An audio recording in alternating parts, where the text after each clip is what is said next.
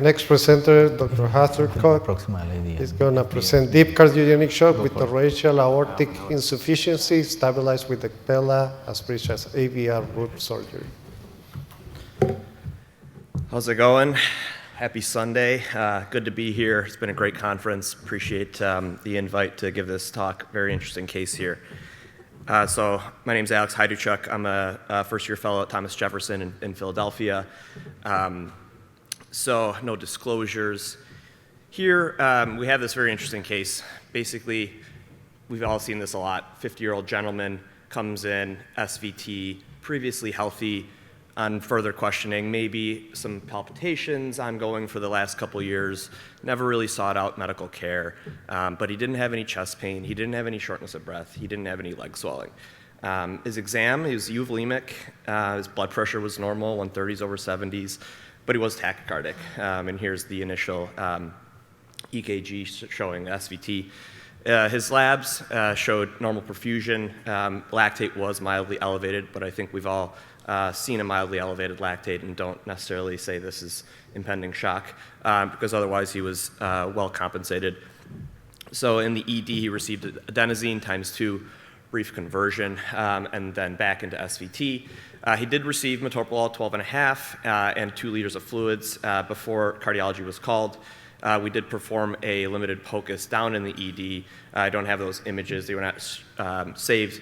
But we saw a reduced EF and noted a dilated root on the very limited echo, which has poor windows, and he was tacking away in the 160s. But given this reduced EF cards, we told the ED, okay, let's hold off on the DILT drip, which was basically about to be hung, and deferred to amio with a load and then drip.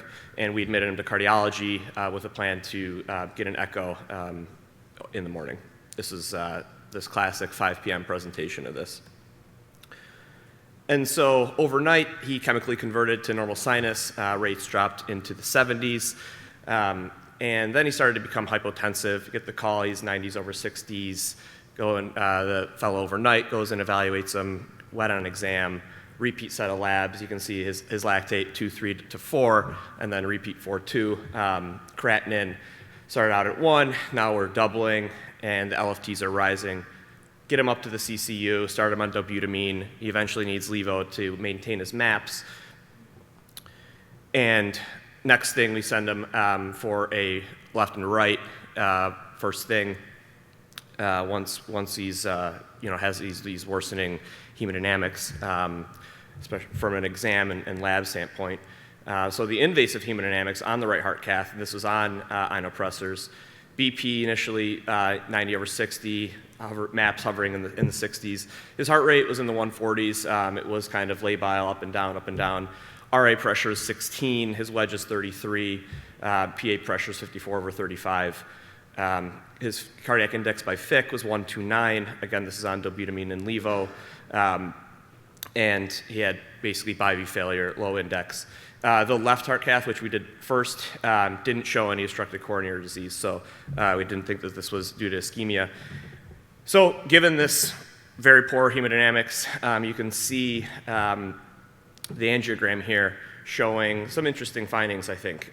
Very sluggish flow and some flow reversal, which might have been a clue to maybe what's tipping things off here.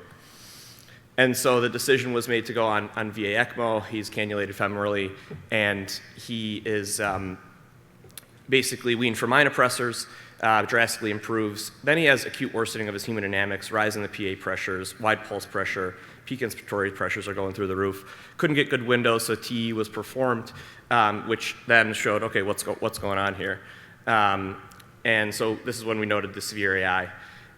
With worsening retrograde flow on the VA ECMO. If this was known in the first place, we may have managed things differently, potentially going to the OR emergently. This was a difficult decision with the worsening lung injury. So moved to ECPELLA strategy. So he had an ECPELLA CP placed, and this improved his hemodynamics. His CVP improved, his wedge improved, lactate cleared, renal function cleared. But we did, see this dilated root with the severely reduced EF. And so the next thing what are we going to do? All right, are we going to do AVR and root repair now and wait for heart recovery? Or do you initially put them on a more durable platform to avoid reduced sternotomy? The decision was made to do a bioprosthetic. This was on a Saturday. That pathology did show cystic medial necrosis, potentially a Marfanoid phenotype, and his chest was closed. He remained on VA ECMO, and during the root surgery, we put in a left atrial drain with that impella removed. He did have some ongoing arrhythmias, and EP felt it wouldn't be best to ablate that given his degree of bibeat dysfunction. And so here I wanted to show that we went from an impella device for LV unloading down to this surgical drain. But after 2 weeks, he did not have much heart recovery, multiple failed ECMO weaning attempts, and we proceeded with a durable strategy. Went with HeartMate 3, and he needed a concurrent RVAD placement, and that was after 17 days on ECMO. And so this progression really, via ECMO from this chronic AI, stabilized with an impella, then he had the root repair, had the LA vent placed, and now LVAD, RVAD support. And this is an ongoing case. This is the most recent echo, basically the morning that I came for the conference. His EF is now improved. This is on a HeartMate 3 and a ProTech, which was swapped out for the durable support to get more things out of the chest. But really the question is, what was the etiology of this shock? We had this chronic AI causing this dilated cardiomyopathy, and acute decompensation with the SVT probably tipped him over into things. And I just wanted to point out at the beginning, I think we've seen a lot of these folks which are previously healthy, seemingly, and when to implement these potential safety checks when you don't have all the information. Should a TE been done earlier in the cath lab? That, of course, could delay any cannulation, and this was a crashing patient. But he did well, otherwise stabilizing on the ECPELLA strategy. The question is, should he have gone for the root surgery, the AVR root surgery right away?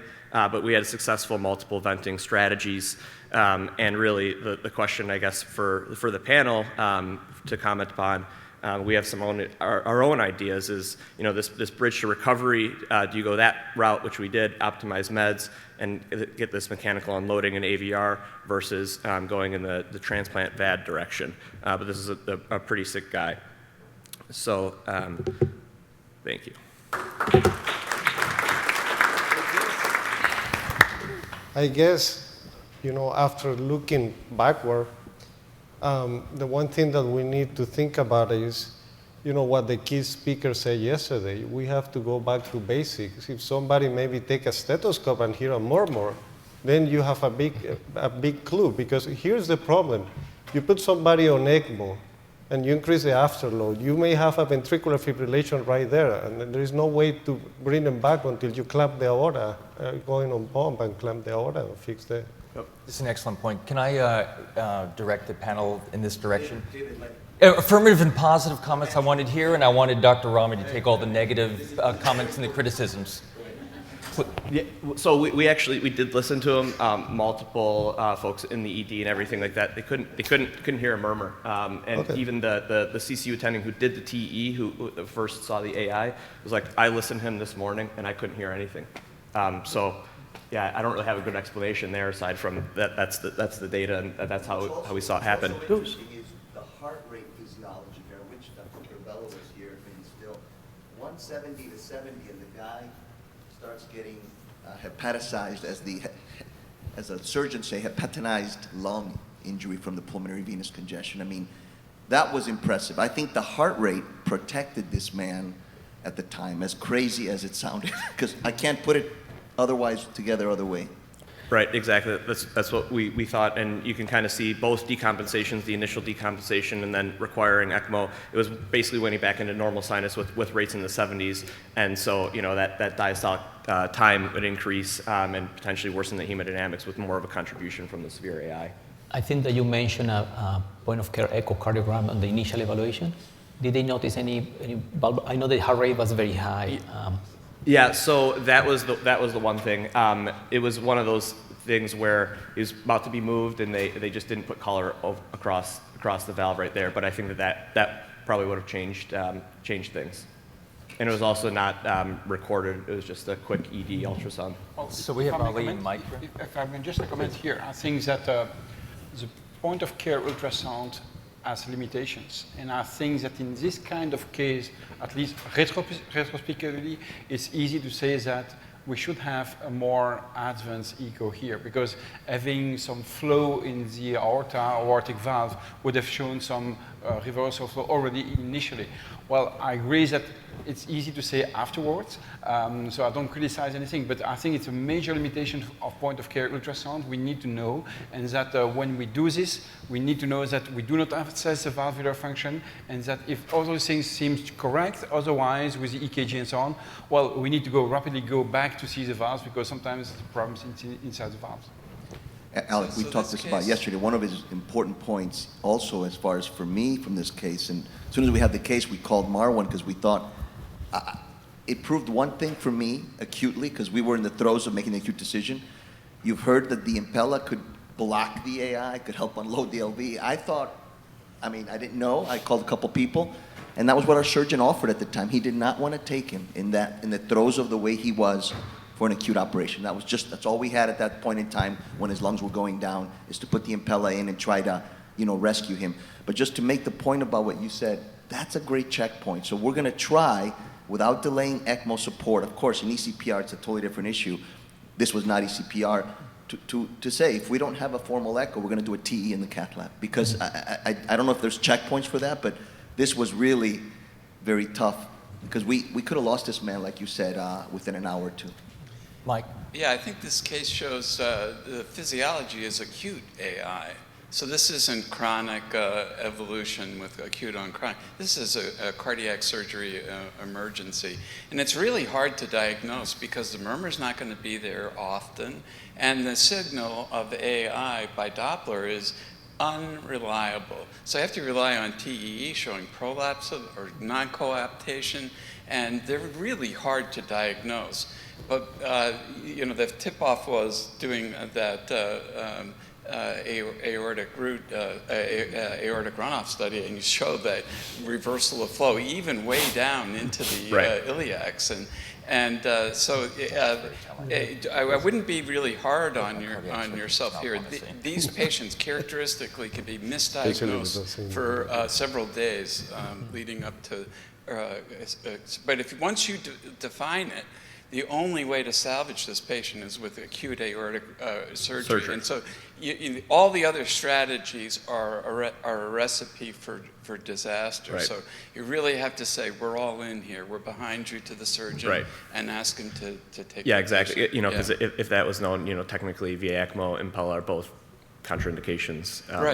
They're not meaningful strategies, right? Exactly. Right. We kind of had the information coming in a stepwise fashion, just kind of reading and reacting to what was in front of us. But I think rather than being critical, it just highlights the difficulty of diagnosis here, and I thought you guys did a great job.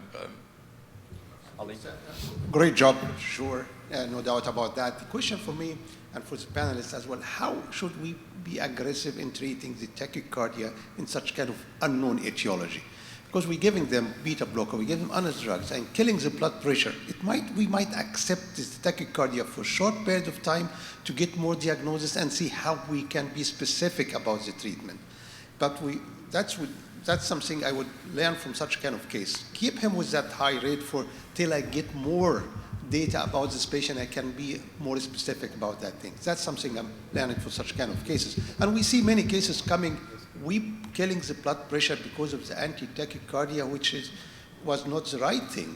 That's why, for a short period of time, I don't think this high heart rate will lead to damage, major damage. Number one. Number two, even if the patient was difficult to diagnose for the eye, which you're absolutely right on that. But if you put him in ECMO, go for end-diastolic pressure and a PA pressure. If it's low, you still have some time to think about it because pulmonary edema will not happen. If they're still ejecting and pulmonary artery pressure below 20, you're fine. We're talking about really not an ideal solution, but we'll try to help ourselves to bridge some time to think about the next step. Those are great points. PA pressure went up as soon as the heart rate came down in the cath lab, post-ECMO, like he said. PA pressures went from 30 to 80, and I just started scratching my head. I said, "Oh boy, we need to not get out of this lab till we figure out what's going on here." So kind of one more question. I can add. One thing is that it's very interesting because if this is just acute, you would think that fixing the problem would end up having him recover. So why is it that we ended up actually requiring an LVAD? I think poses a little bit of a further challenge that maybe this was not as acute as what we thought it is. Maybe there was a subchronic component and something tipped him over. Because how many times have we seen patients with acute AI, you fix this issue and you end up having a recovery? So the fact that he didn't recover and that you had to actually bridge him to an LVAD poses the question, was there another secondary component that was causing an issue? Right. Yeah, I think that kind of suggests that almost acute on chronic nature. I mean, you had the dilated root, you had the severe cardiomyopathy, all those things. I mean, they could be, in the acute setting, but it was non-ischemic. So really challenging, kind of sequence of events. So, sir, I can support that as well and say to Eddie at the end here, this was not a happy heart before all of this happened. When you look at the final echo pictures on your HeartMate 3, that is not a super happy RV today. I'll ask you to close after this gentleman to tell me what your strategy is going forward for this patient. So just two questions here. So during the time before you initiated ECMO, was there kind of like we didn't really describe or talk about what the phenotype of shock was? So we just threw him on ECMO. We didn't really, so like what was the EDP at that time? Another, like I'm in clinical practice and I'm not as smart as a lot of the panel here, but I was trained by Dr. Carr, so. So the other question was, I think whenever I have a question, and especially in a patient with cardiogenic shock, some simple parameters would have demonstrated, hey, an LV gram is very useful in this situation. It would have definitely demonstrated some severe AII and the cardiac function at that time, since you did have a bedside echo, but didn't really illustrate, because we don't have a shock phenotype. And the other consideration, why go on ECMO? Why didn't you go on ECPELLA? Because you didn't know he had severe AI at that time. Because we offload and we're looking for cardiogenic shock. And lastly, sorry, one more question. If he was not a surgical candidate, what would be your intervention to correct his severe AI? One of the things in the cath lab was trying to limit the dye use because his creatinine and everything like that was rising, and so we didn't really do too much on the left side before moving to the right after seeing the clean coronaries. Wasn't really expecting as profound of a hemodynamic compromise, I think, and so I think we were all shocked. I mean, we were standing in the cath lab when this was happening, and I don't really have a great answer. I don't think any of us really knew the exact phenotype, but looking back and when things are more settled, I think that there certainly were clues. Dr. Rami, you got 60 seconds. So well taken for this conference, which is multidisciplinary teamwork. We had everybody in the lab that we would have called a shock algorithm for. We usually do. So we were all there actually, through our shock process. But the most important issue is he was actually tanking in the lab. I mean, we were going to lose this man. And, again, we got we got snapshot hemodynamics. His cardiac power output was like 0.4. But I was just stunned by the fact that he was slower and getting worse. And I felt like I didn't think AI. I probably should have. And he went into again. The ECMO did support him to what we needed to after we ended up cleaning up his lungs with the ECPELLA 5.5. To your question, I think he's going to be a slow RP wean. Dr. Raja Priyar, who's our MCS director, is we have an RP wean, a Protect Duo wean. He unfortunately is developed because his chest ended up being open. There was a lot of bleeding at the time of LVAD therapy. We have unfortunately some candidemia right now that he's not septic from, but it's going to complicate his recovery. I think he's going to be okay. He was working, and this was his first ever trip to the emergency department. Thank you. Thank you.